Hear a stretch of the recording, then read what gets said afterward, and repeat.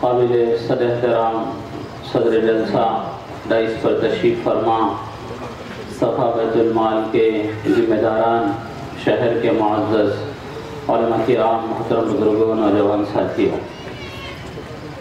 Gas و دراز کی سرزمین میں یہ خدمت خلق کا پروگرام منعقد کیا جا رہا ہے۔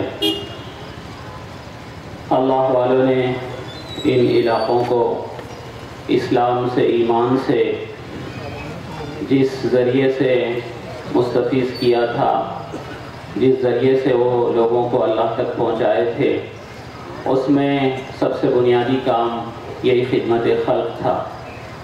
انبیاء علیہم الصلاۃ والتسلیمات نے بھی یہی طریقہ اختیار کیا، اس کے بعد صحابہ نے، تابعین نے، تبع تابعین نے اور اولیاء اللہ نے بھی یہی طریقہ استعمال کر کے پھر پورے اس ہندوستان کو شمال سے لے کر جنوب تک، جنوب سے لے کر شمال تک، مشرق سے لے کر مغرب تک، مغرب سے لے کے مشرق تک اسلام کا بول بالا کر دیا۔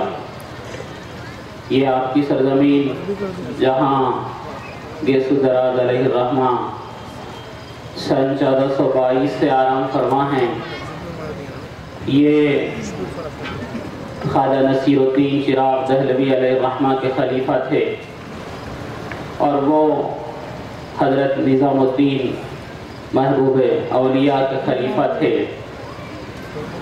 حضرت نظام الدین اولیاء خواجہ بابا فرید الدین مسعود گنج کے خلیفہ تھے، اور وہ قطب الدین بختیار کاکی کے خلیفہ تھے، اور وہ خواجہ معین الدین چشتی علیہ الرحمہ کے خلیفہ تھے۔ خواجہ معین الدین چشتی علیہ الرحمہ نے سیدنا عبد القادر جیلانی علیہ الرحمہ سے بھی استفادہ کیا تھا۔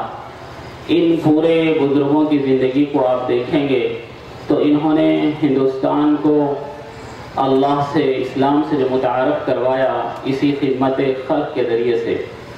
حضرت خواجہ نظام الدین اولیاء رحمۃ اللہ علیہ انسانوں کے لیے اس قدر تڑپتے تھے، اس قدر بے چین رہتے تھے کہ بابا فرید مسعود شکرگنج علیہ الرحمہ سے 20 سال کی عمر میں خلافت پائی تھی۔ اس کے بعد دلی کا ایک علاقہ غیاث پور، وہاں انہوں نے قیام کیا، انسانیت کی خدمت کرنا شروع کی۔ ان کے خادم خاص عبد الرحیم صاحب فرماتے ہیں کہ خواجہ صاحب آپ 30 سال سے روزہ رکھتے ہیں، سحر میں بھی بہت کم کھاتے ہیں، نہیں کھاتے، اور افطار میں بھی نہیں کھاتے، نقاہت بڑھتی جا رہی ہے۔ تو نظام الدین اولیاء نے فرمایا کہ عبد الرحیم، دلی کی گلیوں میں، چبوتروں میں، سڑکوں پر بہت سے لوگ بھوکے سو رہے ہیں، تو میں کیسے پیٹ بھر کے کھانا کھا سکتا ہوں؟ نظام الدین اولیاء دہلی میں رہتے ہیں، دہلی میں ہی ایک ندی جمنا بہتی ہے۔ ایک مرتبہ جمنا کے کنارے سے آ رہے تھے، ایک خاتون کو دیکھا کہ بہت دور سے گھڑے میں پانی لا رہی ہے۔ قریب گئے، پوچھا کہ جمنا کا پانی اتنا اچھا ہے، کنویں سے تم پانی کیوں لاتی ہو؟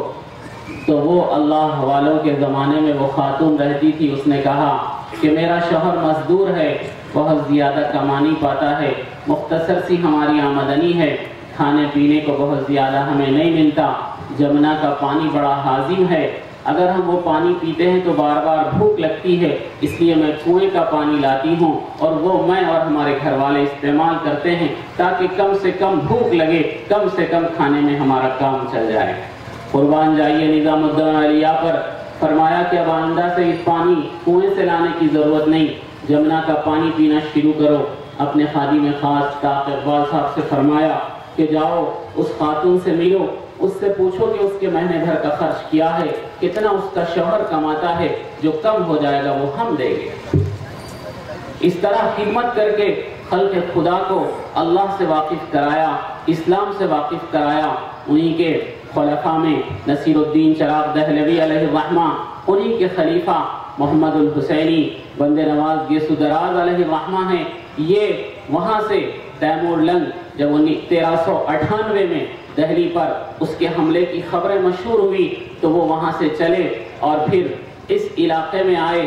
محمد بن تغلق نے دولت آباد کو دارالخلافہ بنایا تھا، ان کے زمانے میں ان کے والد بزرگوار دولت آباد آئے تھے، یہیں ان کا انتقال ہوا تھا، وہاں سے نکل کر میوات ہوتے ہوئے گجرات تک پہنچے، پھر والد کی زیارت کے لیے دولت آباد گئے تو وہاں یہی آپ کی بہمنی سلطنت گلبرگہ جس کا پائے تخت تھا سلطان فیروز شاہ کا گورنر محمد الحسینی بند نواز علیہ الرحمہ سے وہاں ملا، اس نے نظر پیش کی اور بادشاہ کی جانب سے یہ دعوت دی کہ آپ گلبرگہ تشریف لائیں۔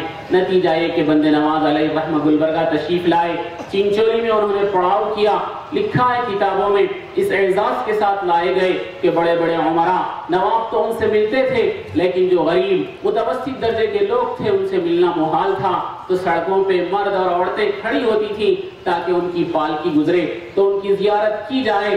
اس طرح یہاں پہنچے اور یہاں انسانوں کی خدمت کرتے ہوئے بند نواز علیہ الرحمہ کے دربار میں بھی ان کے ساتھ رہنے والوں کی انہی بڑوں سے اپنے شیوخ سے سیکھا تھا انسانیت کی خدمت، لوگوں کا احترام۔ اسی خانقاہ کے اندر ایک بار غیر مسلم بھی ان کے یہاں آتے تھے، ایک مرید ایک غیر مسلم سے بات کر رہا تھا، تو کہہ کے بات کیا تو گیس دراز علیہ الرحمہ نے کہا کہ یہ بات کرنے کا کوئی طریقہ ہے؟ مرید نے کہا یہ تو کافر ہے اس لیے میں اس طرح بات کرتا ہوں، تو گیس دراز علیہ الرحمہ نے فرمایا انسان تو ہے، انسان سے محبت، انسانوں کی خدمت، یہ کرتے ہوئے وہ اس دنیا سے گئے۔ نتیجہ یہ کہ پورے اس جنوبی ہندوستان کو اولیاء اللہ کا شہر بنا دیا۔ آج بھی ان کے دربار میں ہندو مسلم سب عقیدت کے ساتھ حاضر ہوتے ہیں۔ ہم آج گلبرگہ حیدرآباد سے آئے تو سیدھے ہم بند نواز کے دربار میں ہم نے حاضری دی۔ وہاں جب ہم پہنچے تو میرے بازو ایک آدمی وضو کر رہا تھا، غیر مسلم تھا، مزار پہ گئے فاتحہ پڑھنے کے لیے تو وہاں بھی غیر مسلم دکھائی دیے۔ ان اولیاء اللہ نے انسانوں کو ایسے قریب کیا تھا کہ وہ یہ نہیں دیکھتے تھے کہ یہ کافر ہے، اللہ کا بندہ، انسان سمجھ کے اس کی خدمت کرتے تھے۔ مقصود یہ ہوتا تھا کہ اس کی خدمت کر کے اس کو اللہ سے جوڑ دیتے تھے۔ صفا بیت المال کے ذریعے سے بھی یہی مقصد ہے، اسی لیے کام کیا جا رہا ہے۔ آپ بھی اولیاء اللہ کی تعلیمات پر جو کہ نبی کی تعلیم ہے، صحابہ کی تعلیم ہے، تابعین تابعین کی تعلیمات ہیں، اس کے مطابق اگر ہم زندگی گزاریں گے تو پھر وہی مناظر جو ہمارے اولیاء نے دیکھے تھے وہ ہم کو بھی دکھ سکتے ہیں۔ ضرورت اس بات کی ہے کہ ہم وہ خدمت کا جذبہ، وہ اللہ سے تعلق، وہ انسانیت کی ہمدردی جو ان اولیاء میں تھی وہ ہم اپنے اندر پیدا کریں۔ یہی انسانیت کا درد صفا بیت المال آپ کے دلوں میں پیدا کرنا چاہتا ہے۔ یہ کام آپ کریں گے تو آپ بھی اللہ کے قریب ہو جائیں گے اور جس انسانیت کی خدمت کریں گے وہ بھی اللہ کے قریب ہو جائے گی۔ اللہ سے دعا ہے کہ اللہ تبارک و تعالی ہمیں یہ کام اس کی رضا کے لیے کرنے کی توفیق عطا فرمائے اور انسانیت کا درد ہمیں اپنے سینوں میں محسوس کرنے کی توفیق عطا فرمائے۔ خنجر چلے کسی پہ تڑپتے ہیں ہم امیر، خنجر چلے کسی پہ تڑپتے ہیں ہم امیر، سارے جہاں کا درد ہمارے جگر میں ہے۔ وآخر دعوانا الحمدللہ رب العالمین۔